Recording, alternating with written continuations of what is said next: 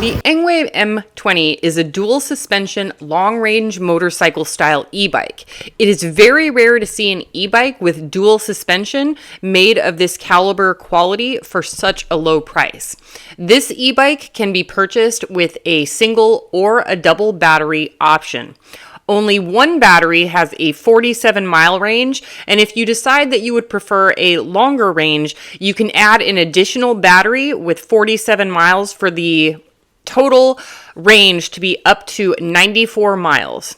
This e-bike is 1,000 watts of peak power and has a maximum speed of 28 miles per hour. The tires are 20-inch by 4-inch fat tires that can be used on pavement, gravel, dirt, and snow. This creates a great and stylish e-bike that is perfect for all terrains. It has dual front headlights and 48-volt, 20-amp-hour batteries.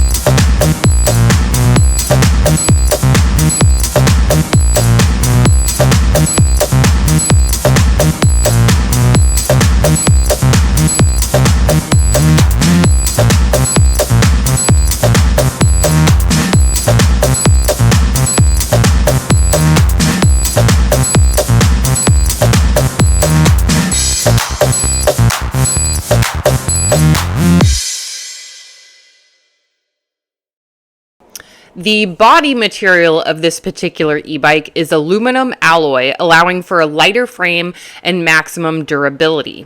The maximum load is 264.5 pounds, and the e-bike itself weighs 84 pounds.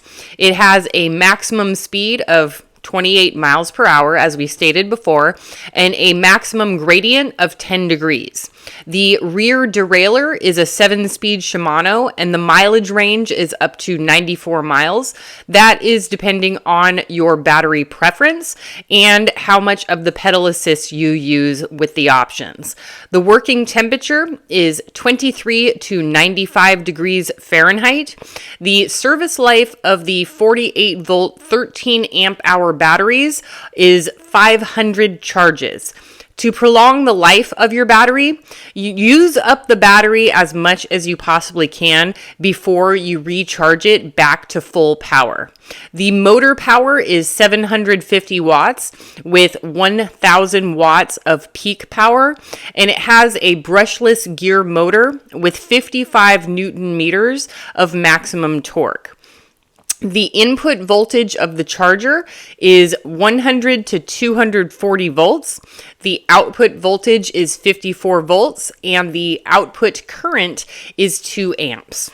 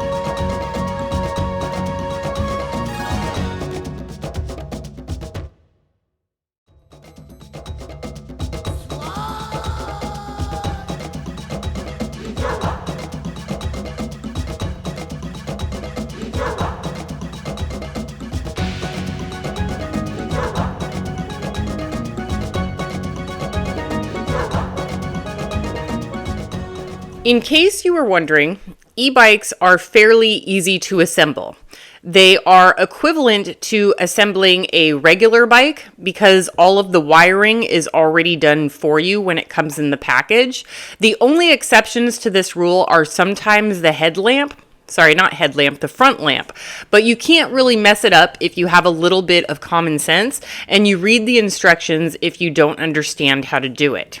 The easy to read LCD display on this bike will show you the battery level indicator, the speed indicator, assist level indicator, maximum speed, trip distance indicator, also known as the odometer, Bluetooth indicator, which I personally do not use as it's not my preference, the headlight indicator, current speed, which you can switch from miles per hour to kilometers per hour if that's your preference, average speed indicator, and the distance.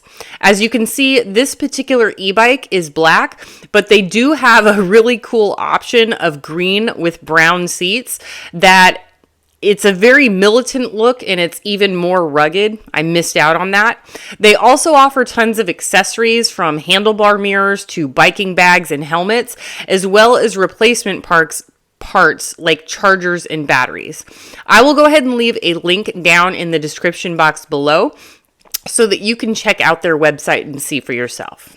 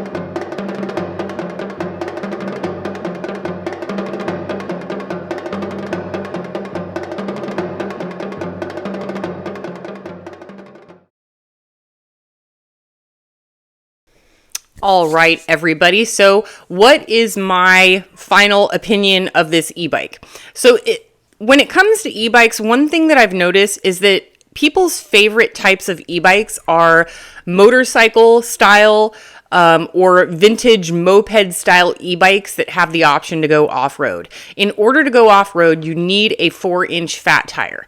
Almost all of these e-bikes come with that. I would not recommend a 3-inch fat tire if you plan on doing a lot of off-roading.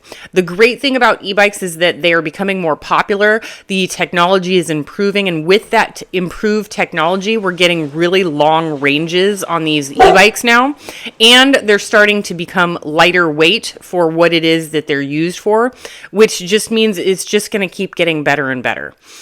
And as you all know, I am a avid proponent of e-bikes. Look, we are living in crazy times right now. We all know that, okay? And I am Prepper Princess. That's my name. I am a prepper. I highly recommend having a backup form of electricity, and this is a great option for a backup form of transportation.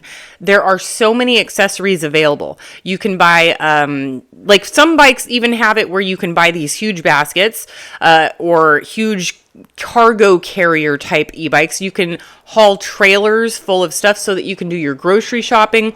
You can use them for fishing. They're not just for fun. They're also very utility like, and they're also very important. In my personal opinion, there's some sort of push to get rid of gas powered vehicles. And I really do believe that pretty soon nobody's going to be able to afford them. They're going to spike up the prices of, already we've seen the gas prices. We're almost up to $7 here in California. But they're looking at, up upping the registration costs. The insurance costs for a lot of people have doubled. It's making it nearly impossible to drive a car anymore in this society. And the e-bikes are a really great backup option. I really do believe that. Not only in addition to that, they do not require gas. They do not require registration. They do not require fuel. You plug them into your regular 120 volt outlet and they're fully charged within 6 hours. Now, I'm in a really great position because I have solar. My house is solar. So it doesn't cost me anything to keep an e-bike running. I use them for everything. I live in a small town now where the grocery stores are a half mile in either direction. My dentist is 2 blocks away. The doctor is 3 blocks away. So I don't really have a need for a car except for these long distance trips, visiting my family or driving 20 miles to Home Depot, which I could do on an e-bike if I have the trailer set up to go with it. But at the same time, I would have to make a lot of trips because, insulation takes up a lot of space. Even my car can only carry 6 pieces of insulation at a time, 6 rolls. But it's not something that's it's an option. It's an option with an e-bike. And, I speak very seriously. I'm very open about this. I used to have a motorcycle license. I had to stop riding the motorcycle, not because I didn't love it, not because it was too expensive, not because it was too much of a toy. It was simply because of a safety issue. Too many people were hitting me not hitting me. I'm sorry. They were coming so close to hitting me. I mean, one time I was genuinely afraid for my life, where a giant souped up lifted truck didn't see me and came within this close, and he screeched to a halt right behind my motorcycle. And I was like, okay, that's it. That's like the 5th time this has happened. I'm done. But with e-bikes, you can ride legally in bike lanes. You can ride them on sidewalks, despite what people tell you. It is legal to ride them on sidewalks. You can ride them, I believe, in dirt, gravel, snow, that sort of thing. You can ride them over grass, and you don't have to be in the middle of the road where another car can hit you. So they're safer than motorcycles to me. And by law, they can only go 28 miles per hour, but if the speed limit is 25 miles per hour in most towns and your e-bike goes 28, you're going the speed limit. You're going above the speed limit if you're going on full power. So it's the same. You know what I mean? It's the same mile per hour. And another great thing about e-bikes, people love talking about them. So if you've got a cool looking e-bike, you're going to make some new friends. All right, folks, I hope that this video has been helpful. Do what you can with what you've got. Prepper Princess out.